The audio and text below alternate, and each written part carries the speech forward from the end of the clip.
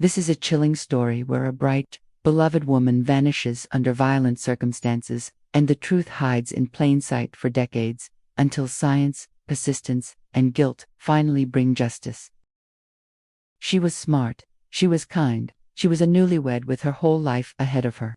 But one morning in Los Angeles, everything changed. Sherri Rasmussen was found brutally murdered in her own home, a crime that baffled investigators for decades. Only years later, with new technology and a shocking betrayal revealed, would the truth come to light. This is the story of the missing teacher.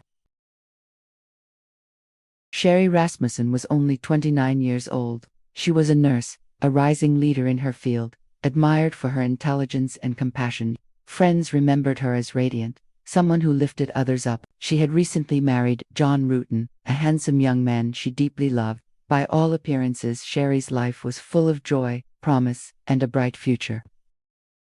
On the morning of February 24, 1986, John left for work. Hours later, Sherri failed to show up for her nursing shift. Concern grew until John came home that evening and found his wife dead in their living room. Sherri had been beaten, bitten, and shot 3 times in the chest. A bloody, chaotic struggle showed she had fought for her life. Police believed it was a botched burglary, but something about the crime scene felt too personal. Detectives at the time focused on a robbery theory. Sherri's jewelry was missing, and the apartment showed forced entry. But some details didn't fit. Why was she bitten on the arm? Why was the attack so prolonged and brutal? And why were there whispers about John's ex-girlfriend, a woman who had never let go of him? Still, with no hard evidence, the case grew cold. For decades, Sherri's family lived without answers. AI image prompts. By the 2000s, DNA technology had changed everything. Cold case detectives revisited Sherri Rasmussen's file. The bite mark on her arm held crucial evidence, DNA preserved for decades. When tested, it revealed a shocking truth.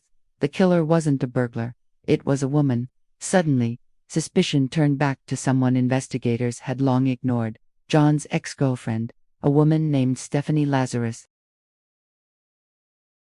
Stephanie Lazarus wasn't just John's ex. She was also an LAPD officer. She and John had dated before he married Sherri, and by all accounts, she had never let go.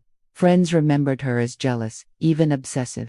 She allegedly harassed Sherri, warning her to stay away from John. At the time of Sherri's murder, Lazarus was on the force, a policewoman hiding a deadly secret. Detectives launched a secret investigation. They couldn't alert Lazarus. She was still an officer, still trusted within the LA. They followed her quietly, collecting DNA from a discarded coffee cup.